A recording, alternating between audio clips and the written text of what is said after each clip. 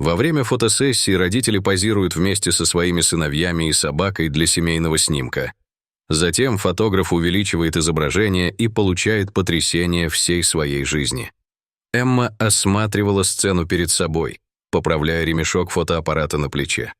В нескольких шагах от них родители позировали со своими сыновьями, выстроившись в идеальную линию, а их золотистый пес покорно сидел у их ног. «Так, еще пару снимков», — радостно воскликнула Эмма. «Наклонитесь немного ближе, мама и папа. Замрите на секунду, ребята. Идеальный». Она быстро сфотографировала семью в лучах заходящего солнца. Мальчики озорно улыбались, а их родители смеялись и пытались их приструнить. Эмма просмотрела несколько фотографий. Ей всегда нравилось получать краткий обзор во время прямых эфиров.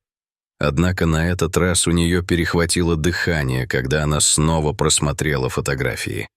Она нерешительно провела пальцем по экрану, не отрывая взгляда от изображений.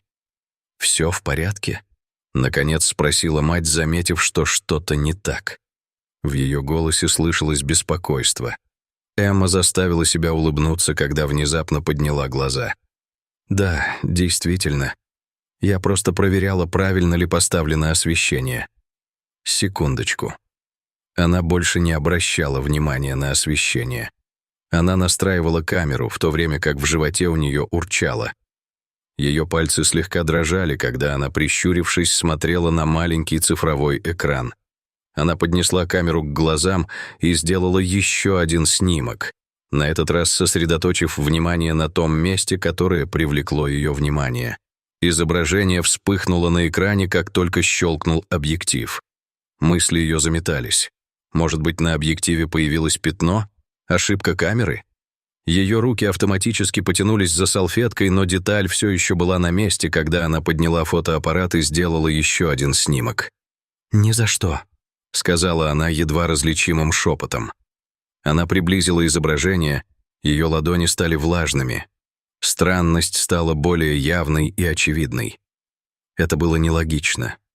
Один из родителей позвал «Мисс Эмма», возвращая ее к действительности. «Извините, мы можем сделать еще кое-что». Она провела реорганизацию семьи, скрывая при этом растущий дискомфорт. На этот раз ее действия были роботизированными, а мысли сосредоточены на образе, укоренившемся в ее голове. Она сделала еще один снимок, пытаясь собраться с мыслями, но ее руки снова начали дрожать. Родители переглянулись, заметив, как резко изменилось ее отношение. Отец подошел поближе и спросил, все ли в порядке. Губы Эммы напряглись, когда она изобразила еще одну улыбку, но в груди у нее все сжалось, когда она в последний раз взглянула на снимок, сделанный ее камерой. Снимок перенес ее на 3 года назад. Эмма была беременна. Как и любая мать, она мечтала о том дне, когда обнимет своего первенца. Когда, наконец, пришло время, и она взяла на руки своего малыша, она никогда не испытывала такого волнения. Она отчетливо помнила каждую деталь, даже нежный плач, в котором, казалось, таился целый мир обещаний, тяжесть младенца у нее на руках и его маленькие пальчики, обвившиеся вокруг ее пальцев. Однако это счастье внезапно исчезло. Медсестры отвели ее сына в детскую для обычного осмотра, и Эмма заснула чутким сном. Кошмар начался, когда она проснулась. В больнице царил беспорядок. Врачи и медсестры в панике сбились в кучку, избегая смотреть на нее и перешептываясь между собой. Когда появилась полиция, она поняла, что что-то серьезно не так. Наконец к ней подошла медсестра и дрожащим голосом призналась: «Вашего ребенка нигде нет». Эмма была шокирована и опустошена этими словами. Ее ребенка похитили.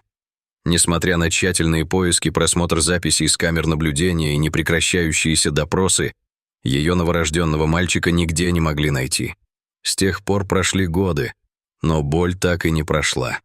Несмотря на то, что ее собственное сердце было разбито, Эмма с головой ушла в работу фотографа, документируя важные события и счастье других семей. Но она всегда испытывала приступ тоски, когда видела ребенка, представляя, каким был бы ее сын в этом возрасте. Она понятия не имела, что случилось с ее сыном. Она и не подозревала, что воровкой была отчаявшаяся женщина, которая не могла забеременеть. Но когда она забрала сына Эммы, ребенок не мог перестать плакать. Женщина была встревожена. Несколько часов спустя, охваченная страхом и стыдом, она оставила ребенка у входа в детский дом. Когда ребенка обнаружили, поскольку о его происхождении ничего не было известно, ему дали новую личность и новую жизнь в семье. Эмма так и не узнала об этом. Все, что она знала, это то, что ее ребенок потерялся в больнице. Полиция подозревала, что его украли, но дело так и не было раскрыто. Единственное, что Эмма не могла забыть о своем ребенке, это родимое пятно, которое она увидела на маленькой ручке своего сына. Ему. Эта метка запечатлелась в ее сознании. Она искала эту метку, когда посещала детские дома в надежде на чудесное воссоединение. Однако по прошествии 3 лет надежда начала таять. Ее шансы найти его становились все меньше и меньше. Однако материнский инстинкт не позволял ей полностью сдаться. Она внимательно изучала каждую семью, которую фотографировала, и каждого ребенка, с которым сталкивалась, в поисках родинки, которую, как она думала, никогда больше не увидит, вплоть до сегодняшнего дня. Эмма переместила камеру и сделала несколько быстрых снимков семьи. Напряжение в груди стало невыносимым, но она старалась оставаться профессионалом. Однако мысли Эммы метались в разные стороны. Могло ли это быть? Или она просто отчаянно пыталась найти связь там, где ее не было? Она решила, что не может оставить этот момент без ответов. С фотоаппаратом, висящим у нее на шее, Эмма подошла к паре. Ее голос дрожал. С натянутой, но доброй улыбкой она спросила: «Извините, это может прозвучать немного странно, но сколько лет вашему младшему сыну?» Миссис Смит, мать ребенка, заинтересованно склонила голову на бок. Она тепло улыбнулась и ответила: «Ему всего 3 года». Эмма почувствовала, как ее сердце забилось быстрее. Это не могло быть простым совпадением. Она осторожно продолжила, пытаясь скрыть растущее отчаяние. «Там. О, какой очаровательный! Он действительно красивый!» Мать улыбнулась.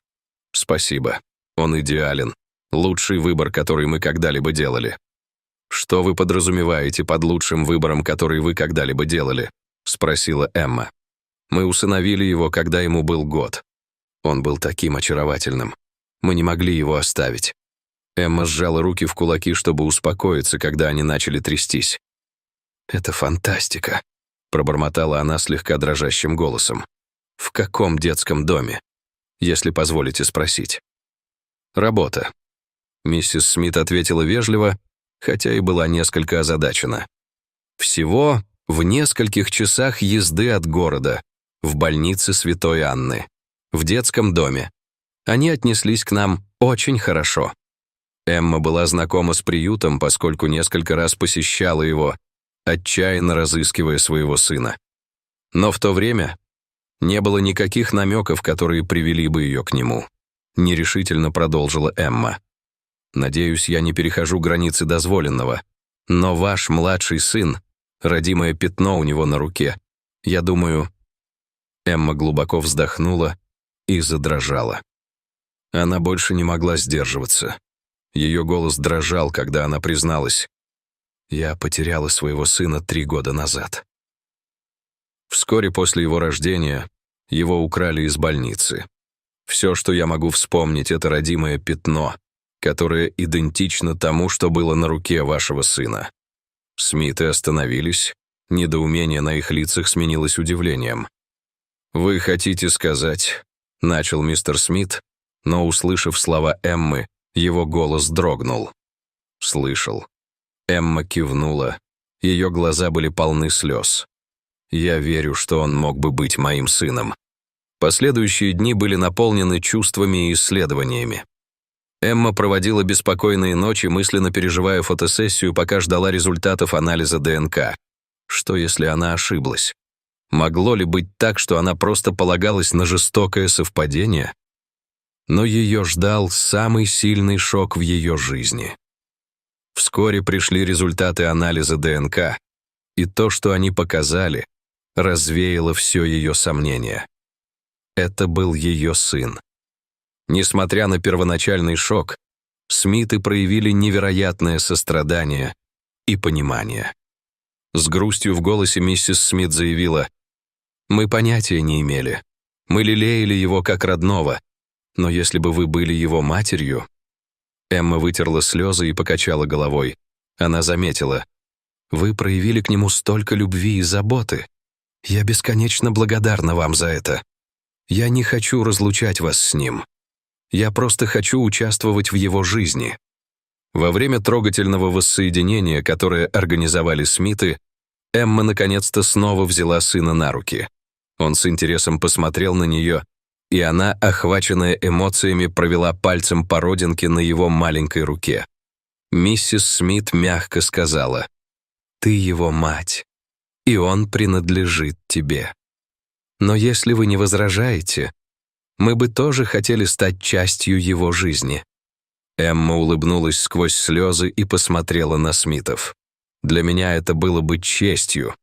Ему повезло, что у него есть вы оба. То, что начиналось как обычная фотосессия, закончилось чудом. Поиски Эммы были завершены, но ее путешествие с сыном в The Smiths только начиналось. Какая прекрасная история! Что бы вы сделали, если бы узнали правду, которая изменит вашу жизнь в самый, казалось бы, обычный момент? Дайте нам знать, как бы вы сбалансировали свои эмоции, делая то, что лучше для ребенка.